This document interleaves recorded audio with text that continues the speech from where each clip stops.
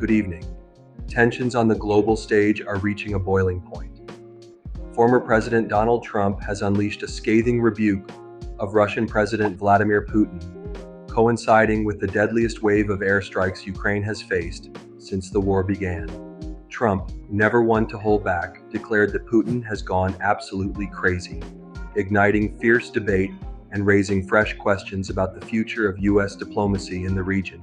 Just last night, the skies over Ukraine lit up in a terrifying display of force. According to Ukraine's Air Force, Russia launched an unprecedented 355 drones and 9 cruise missiles in a coordinated assault on dozens of Ukrainian cities, including the capital, Kyiv. This marks the largest aerial attack of the war so far, resulting in at least 12 civilian deaths and many more injuries as explosions rocked residential areas. This onslaught came just one day after another round of heavy bombardment, further shaking a nation already enduring 3 relentless years of conflict. Speaking to reporters, Trump didn't mince words. He expressed his bewilderment, saying, "I don't know what the hell happened to Putin." His frustration was palpable as he condemned the violence. "He's sending rockets into cities and killing people, and I don't like it at all."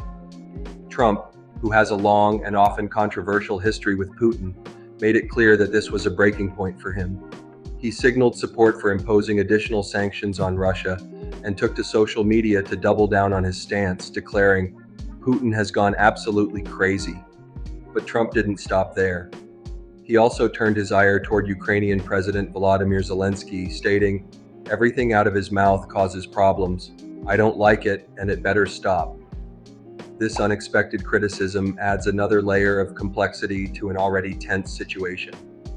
The Kremlin responded cautiously, with spokesman Dmitry Peskov attempting to deflect Trump's comments by suggesting that the former U.S. president was experiencing emotional overload.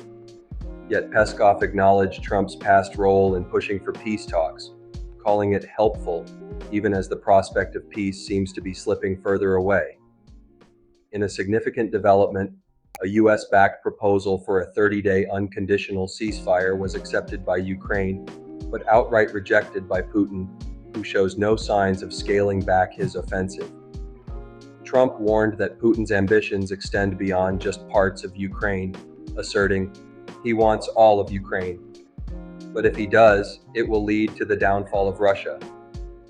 This statement underscores the high stakes involved, not just for Ukraine, but for global stability.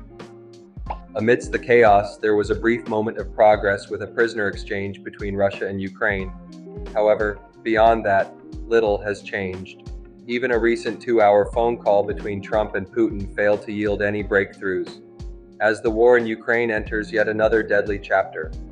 What was once a murky alliance between Trump and Putin now appears to be unraveling under the weight of escalating violence. Trump's rare rebuke signals a potential shift in tone among global power players, but whether this will lead to meaningful action remains uncertain. As the world watches with growing concern, one thing is clear: the path to peace is now more elusive than ever.